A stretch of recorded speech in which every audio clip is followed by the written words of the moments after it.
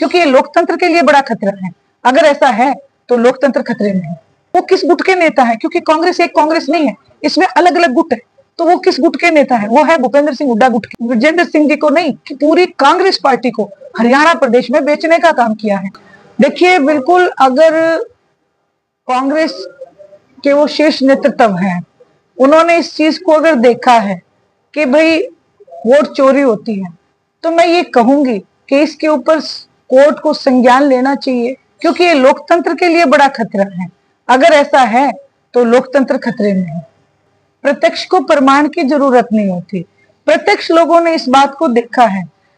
विजेंद्र सिंह जी को टिकट दी गई कांग्रेस पार्टी की तरफ से, लेकिन कांग्रेस के ही कुछ बागी नेता जैसे गोगड़िया वगैरह सब खड़े हो गए। वो किस गुट के नेता है? क्योंकि कांग्रेस एक कांग्रेस नहीं है, इसमें अलग अलग गुट है। तो वो किस गुट के नेता है? वो है भूपेंद्र सिंह हुड्डा गुट के। और वो जब खड़े होते हैं तो सबसे बड़ी बात, ये सवाल क्यों उठता है? क्योंकि किसी भी जगह भूपेंद्र सिंह हुड्डा मनाने नहीं गए। अगर वो इनको मनाने आते कि भाई कांग्रेस पार्टी का भला है इसमें, आप लोग बैठ जाओ, तो ये इल्जाम उन पे नहीं लगता। कहीं ना कहीं उन्होंने ये साजिश के तहत ये विजेंद्र सिंह जी को नहीं कि पूरी कांग्रेस पार्टी को हरियाणा प्रदेश में बेचने का काम किया है। आज अगर भारतीय जनता पार्टी सत्ता में है तो ये केवल और केवल भूपेंद्र सिंह हुड्डा के साथ हाथ मिलाने की वजह से है। देखिए, उनकी बात से ज्यादा मैं आप लोगों को एक बात बताना चाहती हूँ। आज किसी के दिमाग में भी टीम सिर्फ अगर आती है तो Bhupendra Singh Hooda, A B C सारी टीम है। 3 उदाहरण मैं आपको दूंगी। सबसे पहला उदाहरण, जब शुरुआत होती है इनकी टीम प्लानिंग की, किसान आंदोलन के बाद बाई इलेक्शन था इलाहाबाद का, और उसमें भूपेंद्र सिंह हुड्डा जमाल एक गांव है उसमें गए और स्टेज के ऊपर जाके कहने लगे कि आया तो हूं कांग्रेस खातिर, पर कांडा मेरा दोस्त है। इस बात का क्या मतलब हुआ? अगर किसान हितैषी होते तो कांडे को दोस्त कैसे बता सकते थे? बीजेपी को कैसे दोस्त बताते?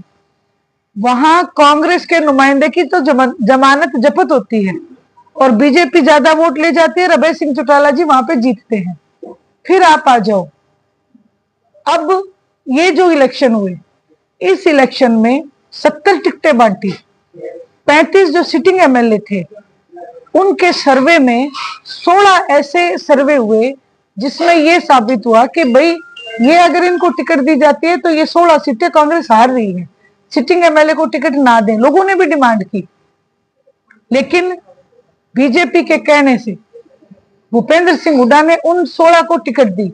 वहीं जैसे कि 8 और, जैसे कि उसमें उचाना भी आता है, 8 एक ऐसी जगह थी जहां पे कांग्रेस पार्टी के विरोध में जितने बागी जो थे, अपने बागी जितने भी कैंडिडेट थे वो खड़े कर दिए।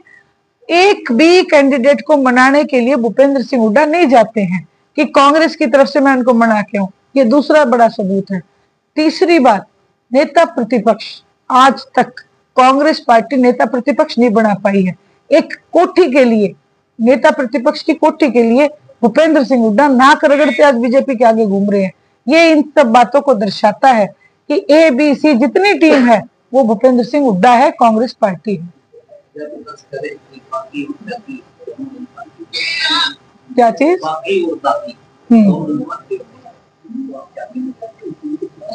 वो खुद क्या है, खुद कहां से आए हैं।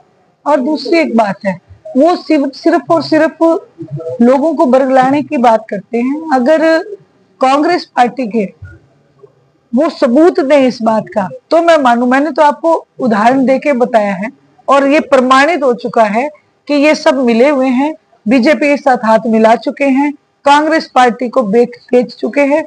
आज अगर भूपेंद्र सिंह हुड्डा को कांग्रेस पार्टी नेगलेक्ट कर दे, हटा दे, तो आज जयप्रकाश जी भी उनको छोड़ जाएंगे, क्योंकि कीमत इंसान की खुद की उस वक्त तक होती है जब कोई पार्टी उन्हें तवज्जो देती है। ये भारतीय जनता पार्टी का एक, मैं कहूंगी, बड़ा दुर्भाग्य है कि उन्होंने एक बहुत अच्छे व्यक्तित्व को इस्तीफा देने के लिए मजबूर किया और किसान, जो किसान का हितैषी, उन्होंने किसान के पक्ष में बात की, इसलिए आज उनको ये खामियाजा भुगतना पड़ रहा है। समय आने के ऊपर मैं जवाब नहीं दूंगी। समय आने पे इस हिंदुस्तान की जनता, इस हिंदुस्तान का किसान और कमेरा वर्ग भारतीय जनता पार्टी को इस बात का अच्छे से जवाब देगा।